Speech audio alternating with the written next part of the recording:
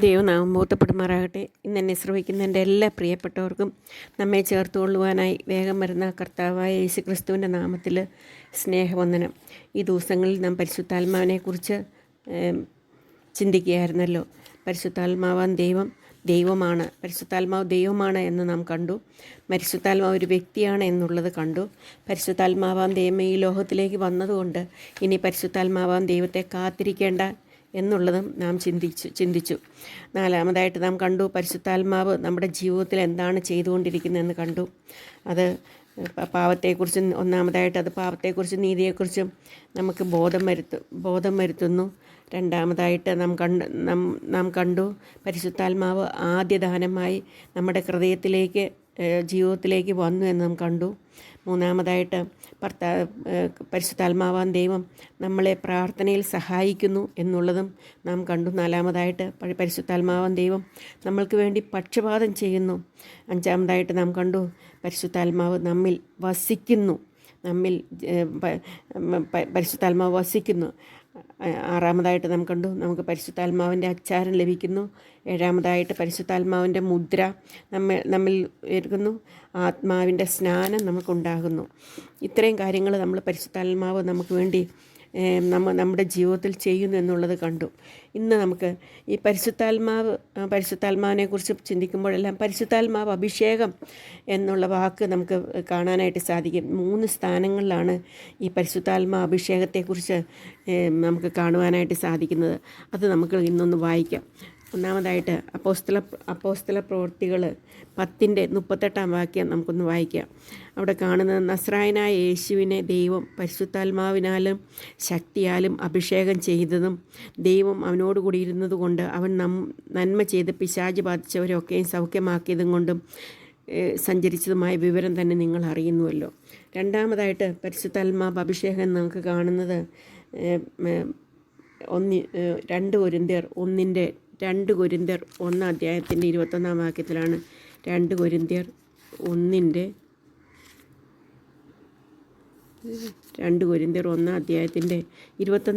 നമുക്ക് കാണാനായിട്ട് സാധിക്കും.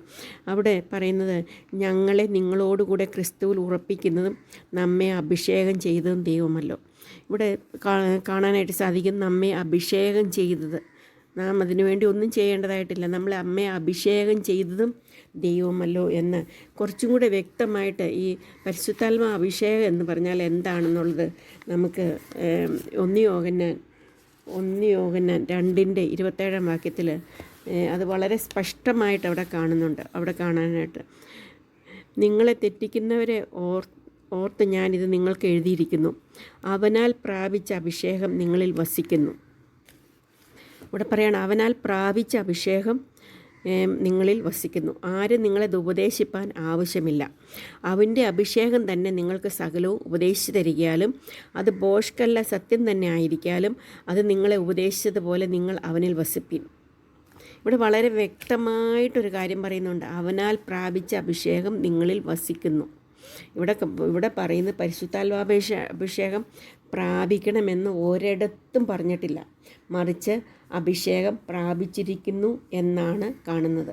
വളരെ നമ്മൾ ശ്രദ്ധിക്കേണ്ട ഒരു കാര്യമാണ്.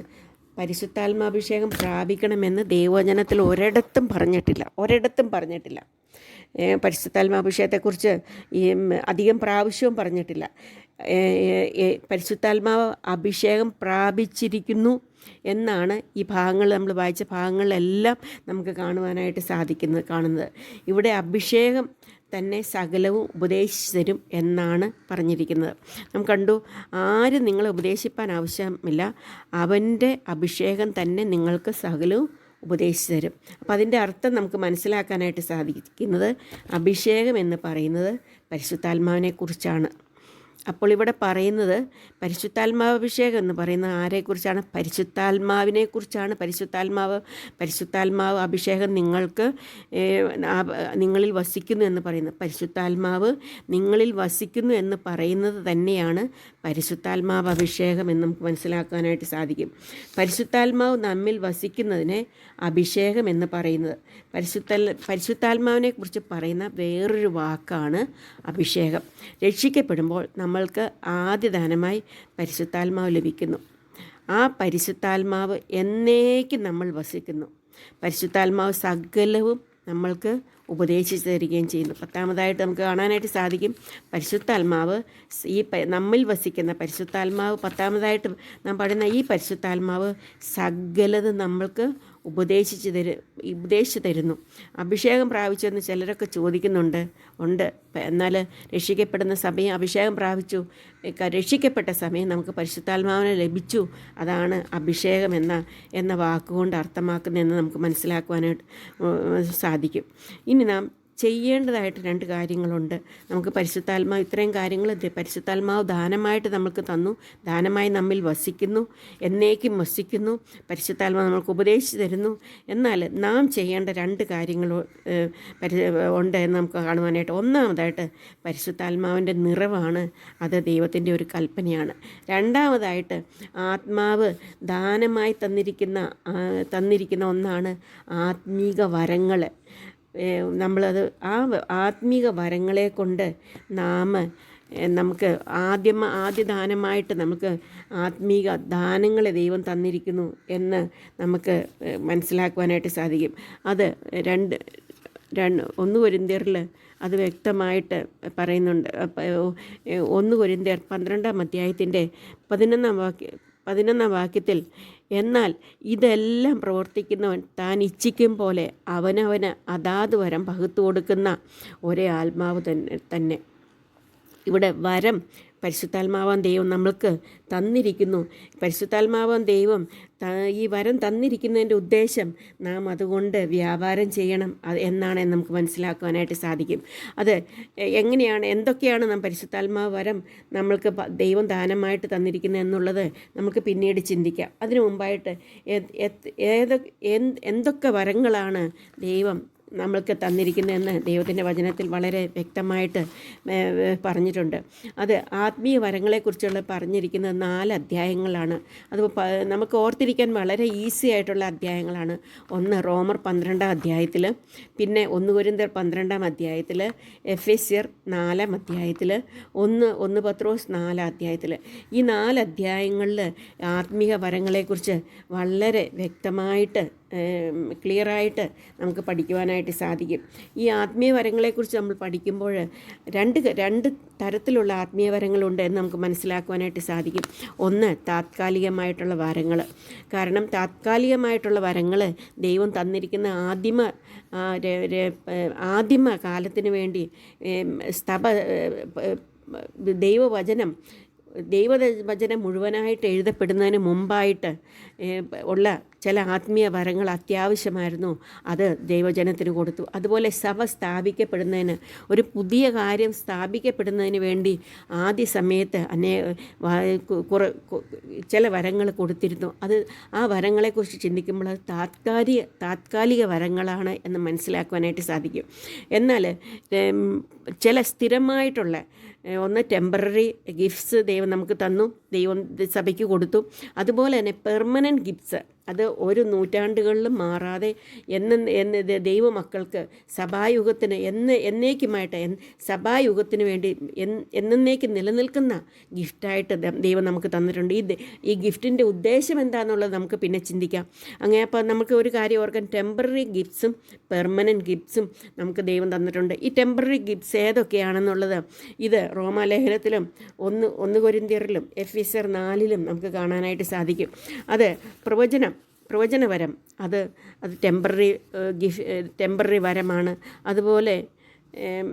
അതുപോലെ നമുക്ക് കാണാനായിട്ട് സാധിക്കും രോഗശാന്തിയുടെ വരം, അതുപോലെ വീര്യപ്രവൃത്തികൾ, പ്രവചനവരം, ഭാഷാവരം, ഇതെല്ലാം ആത്മാക്കളുടെ വിവേചനം, വ്യാഖ്യാനവരം, അതുപോലെ തന്നെ അപ്പോസ്തലത്വം, ഇതെല്ലാം ടെമ്പററി വരങ്ങളാണ് എന്ന് നമുക്ക് കാണുവാനായിട്ട് സാധിക്കും. എന്നാൽ ചില പെർമനൻ്റ് ആയിട്ടുള്ള ടെമ്പററി വരങ്ങളാണ് നമുക്ക് മനസ്സിലാക്കുവാനായിട്ട് സാധിക്കും. ഞാൻ ഒന്നും കൂടെ വായിക്കാൻ ഏതൊക്കെയാണെന്ന്. പ്രവചനവരം, അത് കഴിഞ്ഞിട്ട് രോഗശാന്തിയുടെ വരം, വീര്യപ്രവൃത്തികളുടെ വരം, പ്രവചനവരം, ഭാഷാവരം, ആത്മാക്കളുടെ വിവേചനത്തിൻ്റെ വരം, വ്യാഖ്യാനവരം, അപ്പോസ്തലത്വം.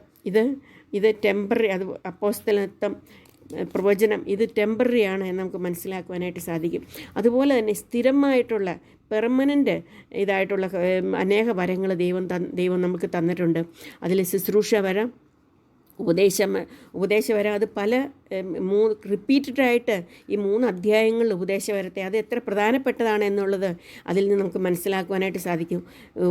അതുപോലെ പ്രബോധനം, ഭരണം, കരുണ, കൊടുക്കൽ, ജ്ഞാനത്തിൻ്റെ വരം, പരിജ്ഞാനത്തിൻ്റെ വരം, വിശ്വാസം, അതുപോലെ തന്നെ സഹായവരം, പരിപാലനവരം, സുവിശേഷകൻ എന്നുള്ള വരം, അതുപോലെ തന്നെ നമുക്ക് പിന്നെ കാണാനായിട്ട് അതിഥി സൽക്കാരം, സഹായിക്കുന്ന വരം, ഇടയ ശുശ്രൂഷ, ഇതെല്ലാം സ്ഥിരമായിട്ടുള്ള ശാശ്വതമായ അല്ലെങ്കിൽ പെർമനൻ്റ് ഗിഫ്റ്റാണെന്ന് നമുക്ക് മനസ്സിലാക്കുവാനായിട്ട് സാധിക്കും. ഇത്രയും ഗിഫ്റ്റ് നമുക്ക് ദൈവം തന്നേക്കുന്നത് നമ്മൾ രക്ഷിക്കപ്പെട്ടപ്പോൾ ഒന്നിലധികമോ, എല്ലാവർക്കും ഈ വരങ്ങൾ കാണത്തില്ല. എന്നാൽ നമ്മൾക്ക് ഒന്നിലധികമോ വരങ്ങൾ ഈ ലിസ്റ്റിലുള്ളതിൽ നമുക്കുണ്ട് എന്നുള്ളത് നമുക്ക് മനസ്സിലാക്കുക. ദൈവത്തിൻ്റെ വചനത്തിൽ പറയുന്നുണ്ട്, ഇത്രയും ആത്മീക വരങ്ങളെക്കുറിച്ച് പറയുന്നുണ്ട്. ഈ വരങ്ങളിൽ ഒന്നിലധികമോ വരങ്ങൾ നമ്മൾക്ക് ലഭിച്ചിട്ടുണ്ട് എന്നുള്ളത് നാം മനസ്സിലാക്കണം. ഈ വരങ്ങൾ ഏതാണെന്ന് നാം കണ്ടുപിടിക്കേണ്ടത് ആവശ്യമാണ്. എനിക്ക് ദൈവം തന്നിരിക്കുന്ന വരങ്ങൾ ടെമ്പററി ഗിഫ്റ്റ് അത് നമുക്ക് ആർക്കുമില്ല. അത് ഉണ്ടെന്ന് ചിലരൊക്കെ പറയുന്നുണ്ട്, പക്ഷേ ഇല്ല, ദൈവത്തിൻ്റെ അത് നിന്നുപോയ വരങ്ങളാണെന്ന് നമുക്ക് മനസ്സിലാക്കുവാനായിട്ട് സാധിക്കും. എന്നാൽ പെർമനൻ്റ് ആയിട്ടുള്ള ഗിഫ്റ്റുകൾ ആ ലിസ്റ്റിൽ ഏതൊക്കെയാണ് എനിക്കുള്ള വരം എന്ന് മനസ്സിലാക്കേണ്ടത് എൻ്റെ ചുമതലയാണ്. അത് പരിശുദ്ധാത്മാവാൻ ദൈവം നാം രക്ഷിക്കപ്പെട്ട സമയം നമ്മൾക്ക് ദാനമായിട്ട് നമ്മൾ തന്നിരിക്കുന്നതാണ്. അത് എന്തിനു വേണ്ടി തന്നിരിക്കുന്നു? അത് മറ്റുള്ളവരെ സഹായിക്കുന്നതിന് വേണ്ടി തന്നിരിക്കുന്നു, മറ്റുള്ളവർക്ക് വേണ്ടിയാണ്, എനിക്ക് വേണ്ടിയല്ല തന്നിരിക്കുന്നത്, മറ്റുള്ളവർക്ക് വേണ്ടിയാണ് വരങ്ങൾ തന്നിരിക്കുന്നത് എന്നുള്ളത് നമുക്ക് പിന്നീട് പഠിക്കാം. അപ്പോൾ നാം ഒരു കാര്യം മനസ്സിലാക്കേണ്ടതായിട്ടുണ്ട്. ദൈവം ദാനമായിട്ട് നാം രക്ഷിക്കപ്പെട്ടപ്പോൾ പരിശുദ്ധാത്മാവിനെ പ്രാപിച്ച ആ നിമിഷം നമുക്ക് പരിശുദ്ധാത്മാവ് സ്പിരിച്വൽ ഗിഫ്റ്റ്, ആത്മീയ വരങ്ങൾ തന്നിട്ടുണ്ട്. അത് നാം മനസ്സിലാക്കിയിട്ടുണ്ടോ? ഇല്ലെങ്കിൽ മനസ്സിലാക്കുവാൻ ദൈവം നമ്മളെ സഹായിക്കട്ടെ. മനസ്സിലാക്കിയിട്ടുണ്ടെങ്കിൽ അതുകൊണ്ട് നാം വ്യാപാരം ചെയ്യുന്നവരാണോ എന്നുള്ള ചിന്തിപ്പാൻ കർത്താവ് നമ്മളെ സഹായിക്കട്ടെ. വ്യാപാരം ചെയ്ത് നമ്മൾക്ക് അതിൻ്റെ ഫലം കർത്താവിൻ്റെ സന്നിധിയിൽ നാം നിൽക്കുമ്പോൾ അത് അവൻ്റെ കാൽപാദത്തിൽ സമർപ്പിക്കുവാനായിട്ട് നമുക്ക് തന്ന വരങ്ങളെ ഉപയോഗിക്കാനായിട്ട് കർത്താവ് നമ്മളെ സഹായിക്കട്ടെ. അവൻ്റെ വലിയ നാമം മഹത്വപ്പെടുമാറാകട്ടെ.